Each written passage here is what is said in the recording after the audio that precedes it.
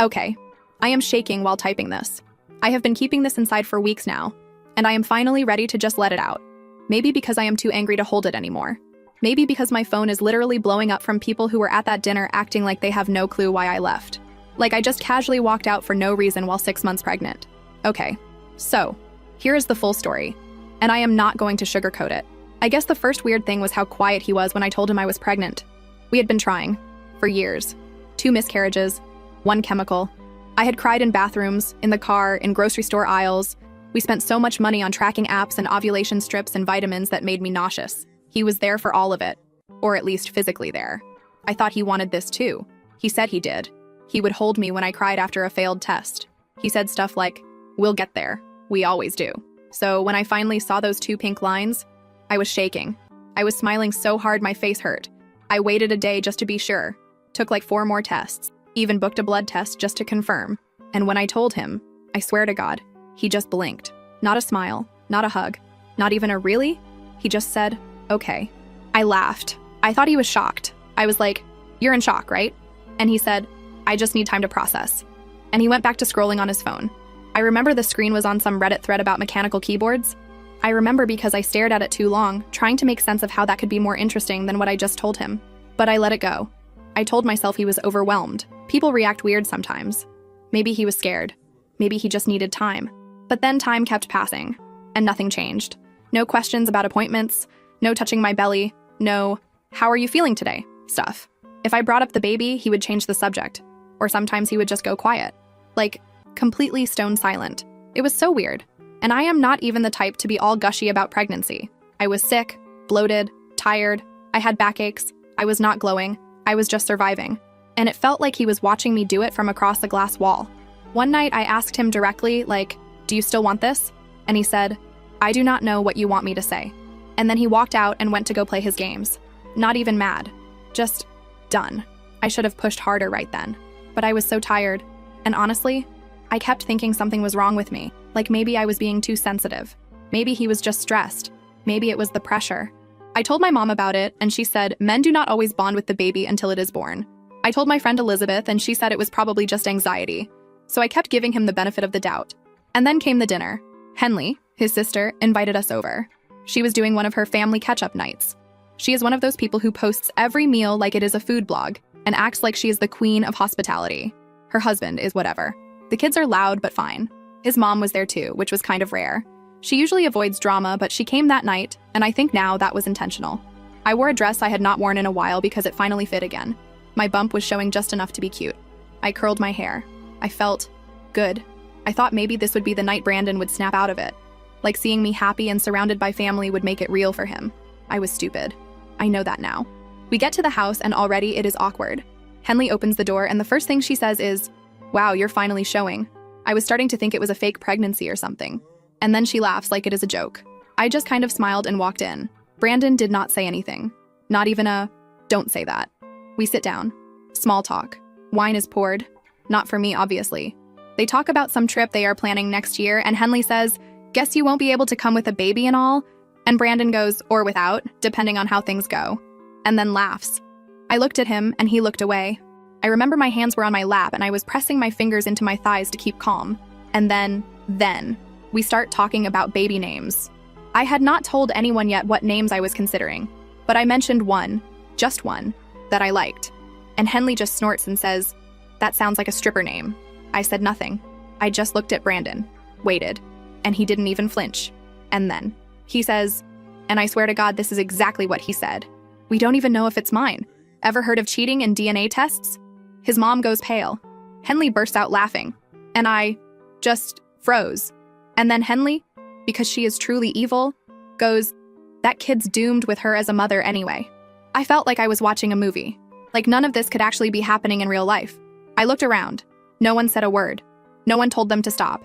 I put down my fork, pushed my chair back, stood up and looked directly at him. And I said, "You're right. This child doesn't deserve a father like you." And then I turned and walked out. No one followed me. No one said my name. I walked to the car, got in, and drove home. I have not seen him since. That was 3 weeks ago. He has texted, once, saying I overreacted and that he was joking and trying to lighten the mood. I did not reply. His mom texted me too. said she was sorry things got tense and that family dinners can be stressful. She asked if I would be open to clearing the air over lunch. I blocked her. My mom is furious. She said if she had been there, she would have flipped the whole damn table. She offered to come stay with me for a bit, and I think I might let her. But the thing is, I am not sad. I am angry. Like, how dare he treat me like this? After everything. After the years of trying, the loss, the pain. How dare he act like this baby is a burden, or worse, a weapon to use against me in front of his family. I am carrying our child, and he humiliated me like it was a game. So no, I am not sad. I am done. I am going to raise this baby without him. I am going to build a life that does not include a man who jokes about DNA tests and sits silent while his sister attacks me. I do not care if that makes me a single mom or whatever label people want to use. This baby will never have to wonder why their mom stayed with someone who treated her like she was disposable. And Brandon? He can sit with his little jokes and his silence and wonder why the room feels so empty now. I guess that is the part I cannot stop thinking about, how quiet it got when I stood up. Like they all knew, deep down, that I was the only one willing to say what needed to be said. And now I am making plans. I have an appointment next week to talk to someone about my options. Legally, financially, everything. And I do not want advice. I do not want, give him a chance. He might change. I just needed to say it. Out loud. I am not going back. And if he ever wants to see me or this baby again, he better be ready to beg, because I am not letting this go. Not this time. First update. Okay, so, if you read my last post, you already know what happened at the dinner. The one where Brandon humiliated me in front of his family while I was 6 months pregnant. The one where his sister laughed and said my kid was doomed. The one where he made that disgusting crack about the baby not being his. Yeah, that dinner. I left. I walked out. And I meant it. I was done. I cut off contact, blocked his number, blocked his mom, blocked his demon sister, moved in with my cousin Christy, who had a spare room and a mattress on the floor and a working air fryer, and I started figuring out what the hell my next move was gonna be. I was still pregnant, still tired, still alone, but it was weirdly peaceful. And then he showed up. Not right away, not even that week. But about 10 days later, I started noticing weird stuff. Like one morning I went out to the parking lot and there was a box sitting on the hood of my car. No note, just a box. Inside was a little pink onesie with a rainbow on it, still in the plastic. Tags on, price marked down. It looked like it had been grabbed off some clearance rack last minute. I thought maybe it was from Christy's mom or someone at her church. Nope. Next day, there was a folded piece of paper taped to the front door. It just said, "I miss you. Please talk to me." No name, but I recognized the handwriting. He used to scribble lists on the back of receipts and leave them on the counter.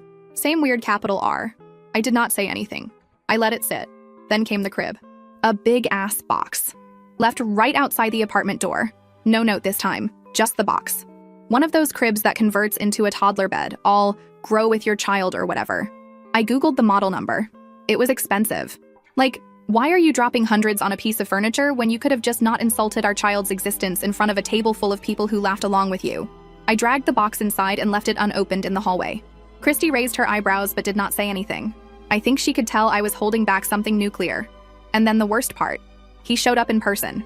I had just gotten off a video call with my insurance rep, trying to figure out how the hell to register my upcoming birth without listing him as the father. Whole thing is hellish, by the way. And I was walking downstairs to throw out some trash.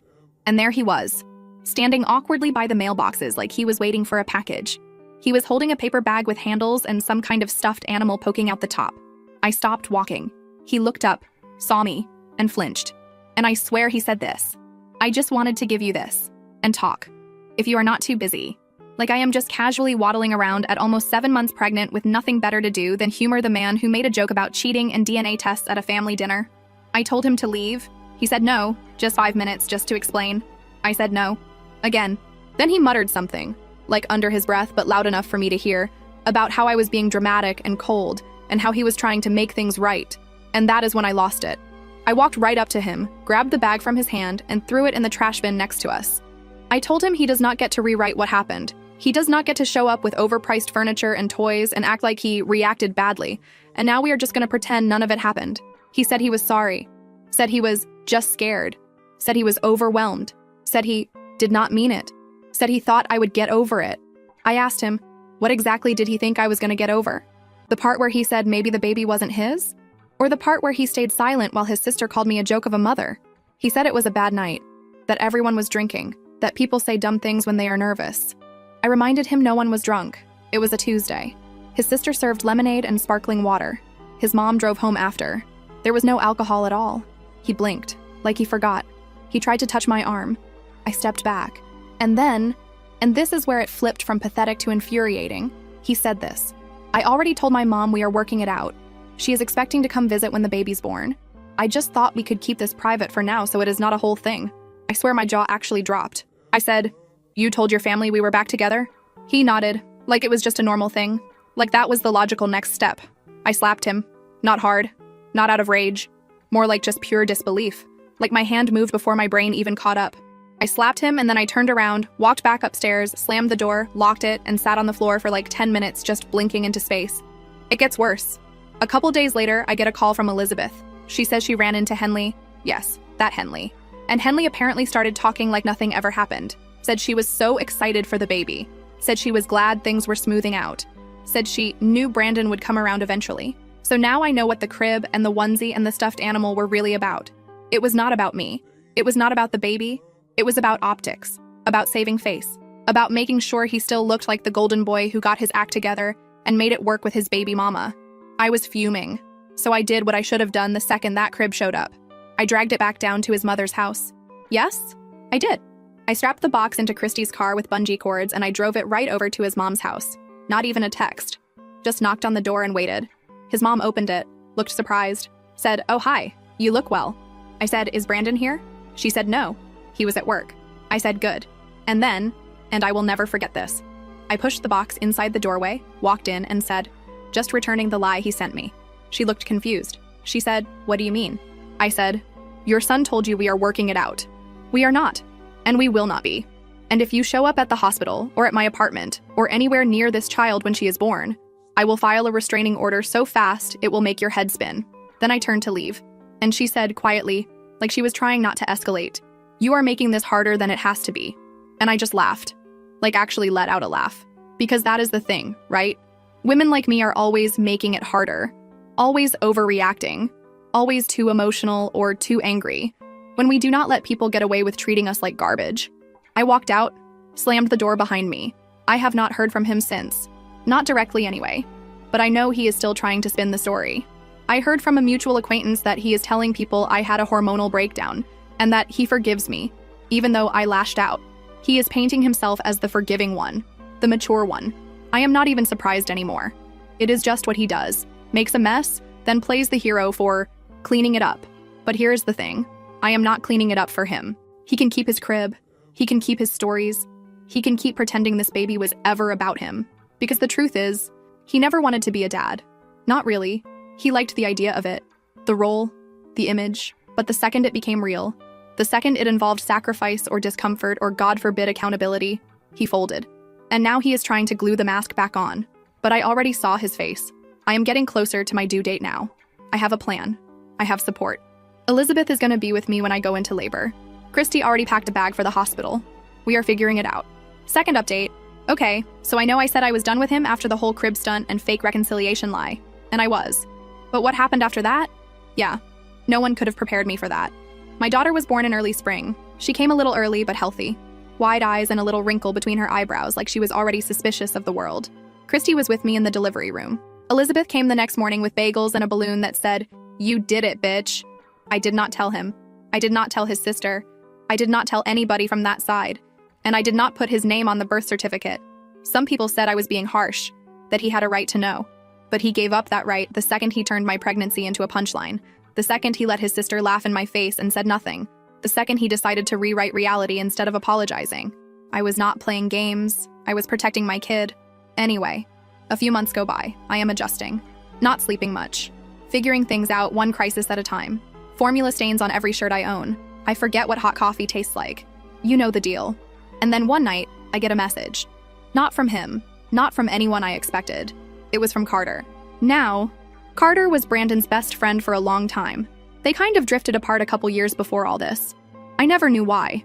They were inseparable for a while, and then suddenly they stopped talking. Brandon said Carter got weird, started blaming him for stuff. I did not push. I figured it was guy drama. So Carter messages me totally out of nowhere. Just says, "Hey, I heard what happened. I know it is none of my business, but there is something you should probably know. It might explain a lot." I stared at the screen for a good 10 minutes. I was tired. Baby was sleeping on my chest. I almost ignored it. But curiosity won. I said, go ahead. And then he hit me with it. Okay. So apparently, back when Brandon was in his early 20s, he got someone pregnant. Not me. Not an ex I knew about. Someone he dated for like 6 months. They were not serious. She got pregnant. She told him. And he freaked out. Not just, I am not ready, freaked out. Like full-on meltdown. He begged her not to have the baby. Said he was not cut out for it. Said it would ruin his life. She ended up terminating. And Brandon, he never got over it. But not in a grief way. Not like he was sad about losing a child. More like he felt betrayed that she made the decision without keeping him in control of it. According to Carter, he twisted the whole thing in his head, convinced himself that pregnancy, power trap, that women use babies to manipulate, that it is always about power. And ever since then, he has had this thing, like a deep, messed up resentment toward the idea of being a father. Like it is some punishment waiting to happen. Carter said he noticed it when Brandon would make these dark jokes about getting tied down or never trusting a positive test. Said he brushed it off at first, but then it got worse. More bitter. More mean. When I had my miscarriages, that side of him was hidden. He was supportive. Or at least he looked like he was. But now that I think about it, he was more relieved than sad. I see it now. The way he would change the subject. How he never wanted to talk about trying again. How he would flinch when I showed him baby stuff. He did not want to be a dad. Not even with me. I sat with that information for a while. It made me sick. Not because I did not believe it, but because it fit. It made too much sense. And yeah, I know people have trauma. I know people have bad experiences and fears and whatever, but he never said a word. Never gave me the chance to understand. He just let me take all the heat. Let me think I was the problem. Then humiliated me in front of a table full of people who would rather laugh than help. So I decided to return the favor. I posted a photo. Not a soft one, not a sweet one, not look how happy I am, or single mom life, or any of that curated crap. It was me and my baby, sitting on the floor of the living room. She had just spit up on me. I had not washed my hair in 3 days. She was wearing a onesie that said, "Raised by wolves and thriving." My caption was simple. You said she was a mistake, but she is the only thing I have never doubted. I knew he would see it. How? Because his sister still follows Christy, and Christy had reposted it. And Henley watches everything Christy does. Like clockwork. And Henley cannot resist sending screenshots to her brother. It is like a compulsion. I did not tag him. I did not need to. Less than an hour later, I got a message. He said the photo was unfair, said I was dragging him publicly, said I was alienating his daughter from him. His daughter. I laughed out loud. I wrote back, "You alienated yourself the second you made jokes about DNA tests in front of your entire family. What exactly are you trying to come back to? The baby you never wanted? Or the image you are trying to fix?" He left me on red. A few days later, a letter came in the mail. Yes. A handwritten letter, like we are in some period drama. It was from his mother. She said she was concerned, said she was worried about the long-term emotional impact of denying a child access to her father. Said she knew Brandon had struggled, but that he was trying. Said children need both parents. I did not respond. I took the letter, I folded it up, and I stuck it inside a baby book I am making. Not the cutesy kind, more like a memory archive. Real stuff, screenshots, letters, the truth. Because one day my daughter is going to ask questions, and she deserves answers, not excuses. But here is where it gets good. I ran into Henley, in public, at the store. I was in the baby aisle. She was buying some soap or whatever. She saw me, tried to walk past like she did not recognize me. I called out to her. She stopped, turned, fake smile. I said, "Hey." She said, "Hey." Awkward silence. Then she said, "Kind of stiff. How is the baby?" I said, "She is great. Thanks for asking." She just started smiling when I sang off key. Henley gave this weird half laugh. And then she said, "You know Brandon is hurting, right?" I stared at her. She said, "He feels like you are punishing him." I said, "He is being punished." With the truth. She said, "You do not have to be cruel." I said, "Neither did he." And then I walked away. I do not care if he is hurting. You do not get to treat people like garbage and then cry about the smell. You do not get to sabotage something beautiful and then beg to be part of it once it is convenient. You do not get to mock a pregnancy and then call yourself a father once the photos start circulating. He made his choice, and now he gets to live with it. I am not trying to be the bigger person anymore. Final update. I didn't think I'd ever hear from him again. It wasn't something I thought about every day or expected to happen. He just disappeared. No calls, no texts, no asking about our daughter, no "how are you?" Nothing. Total silence. And after a while, I got used to it. I stopped thinking about him completely. Not out of anger, just because there was no reason to. He wasn't part of our life anymore. Then a letter showed up. Plain envelope, no return address, just my name on it. I thought it was junk mail at first, but when I picked it up and looked at the handwriting, I recognized it. I hadn't seen it in 6 years, but I knew exactly who it was from. I opened it in the kitchen while my daughter was brushing her teeth and I had laundry going in the background. I didn't expect much, but it still pissed me off. He said he'd been in therapy, said he was sorry, said he'd made a lot of mistakes and was trying to be better, said he thought about our daughter all the time, said he knew he didn't have a right to anything, but if there was any way I'd let him just see her, even from far away, he'd be grateful. I read it once, folded it up, put it in a drawer we mostly use for pens that don't work and expired coupons. I didn't answer right away. I didn't even tell anyone. Not Christy, not Elizabeth. I just sat with it for a while. Not because I was confused, but because I wanted to think it through before reacting. After all these years, he suddenly wanted to show up again. I didn't believe the timing was random. It never is with people like him. They only come back when it starts to bother them. And I wasn't thinking about doing this for him, or for me, or even for our daughter, really. I just thought, maybe it's better if he sees what he walked away from. So I texted him from a number I don't use anymore. Saturday, 3 p.m., Lakeside Park, bench by the willow. You sit. You do not approach. You do not speak to her. 10 minutes. That's all. He replied an hour later. Said he'd be there. Said thank you. I didn't respond. My daughter, I'll call her Jay, is 6 now.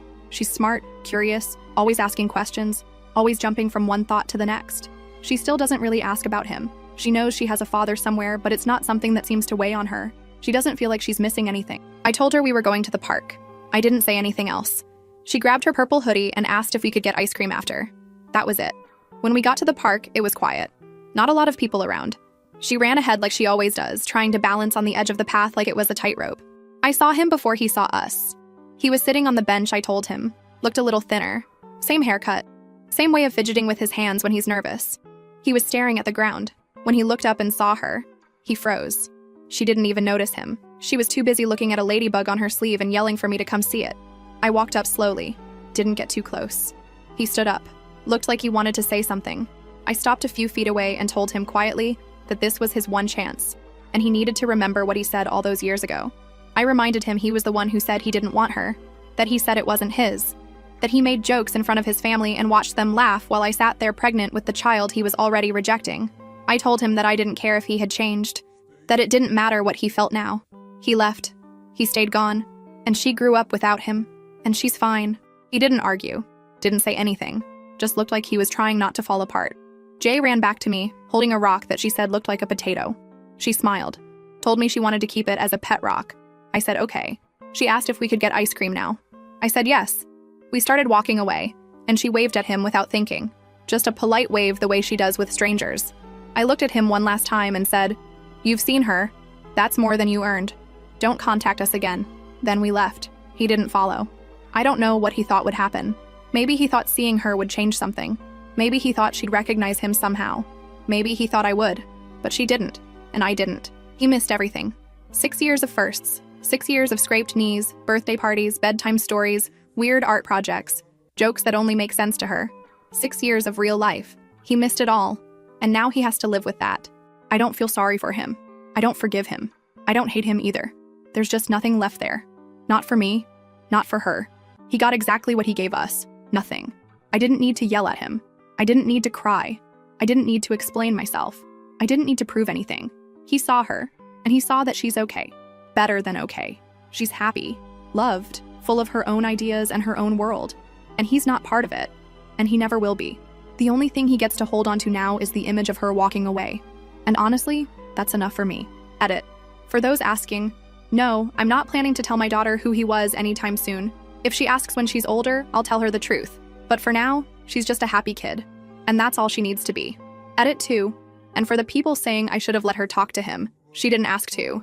She's not missing anything. She has people who love her and who've been here the whole time. She's not lacking a father. She just never had one to begin with. There's a difference. Thanks to everyone who read all the way through. I didn't write any of this looking for advice or pity. Just needed to put it somewhere. Maybe for myself. Maybe for someone else who's been through something similar.